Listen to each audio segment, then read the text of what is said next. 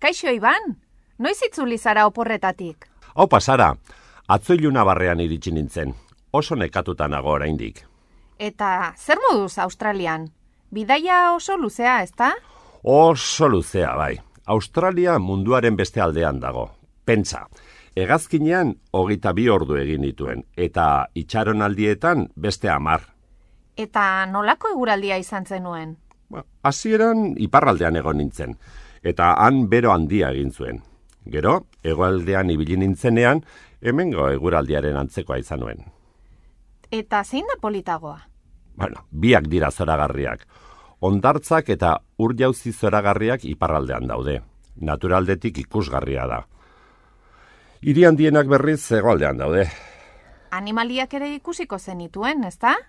Ikusi, kanguruak eta koalak ikusi ditut.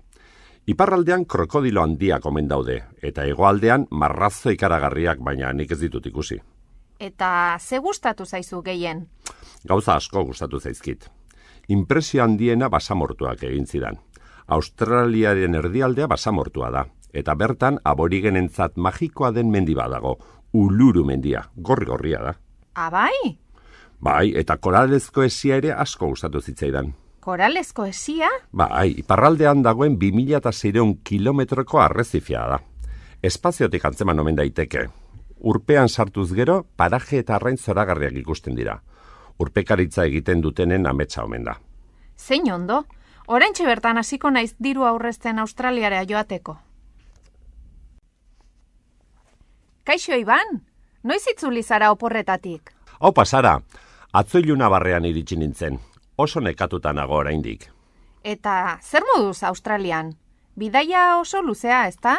Oso luzea, bai. Australia munduaren beste aldean dago. Pentsa, hegazkinean 22 ordu egin dituen, eta itxaronaldietan beste 10. Eta nolako eguraldia izan zenuen? Hasieran iparraldean egon nintzen, eta han bero handia egin zuen. Gero, hegoaldean ibili nintzenean, hemengo eguraldiaren antzekoa izan nuen. Eta zein da politagoa? Biak dira zoragarriak. Hondartzak eta ur-jauzi zoragarriak iparraldean daude. Naturaldetik ikusgarria da. Hiri handienak berriz hegoaldean daude. Animaliak ere ikusiko zenituen, ezta? Ikusi, kanguruak eta koalak ikusi ditut. Iparraldean krokodilo handiak omen daude, eta hegoaldean marrazo ikaragarriak, baina nik ez ditut ikusi. Eta ze gustatu zaizu gehien? Gauza asko gustatu zaizkit. Inpresio handiena basamortuak egin zidan. Australiaren erdialdea basamortua da, eta bertan aborigenentzat magikoa den mendi badago, Uluru mendia, gorri-gorria da. Bai? Bai, eta koralezko hesia ere asko gustatu zitzaidan. Koralezko hesia? Bai, iparraldean dagoen 2600 kilometroko arrezifia da. Espaziotik antzeman omen daiteke.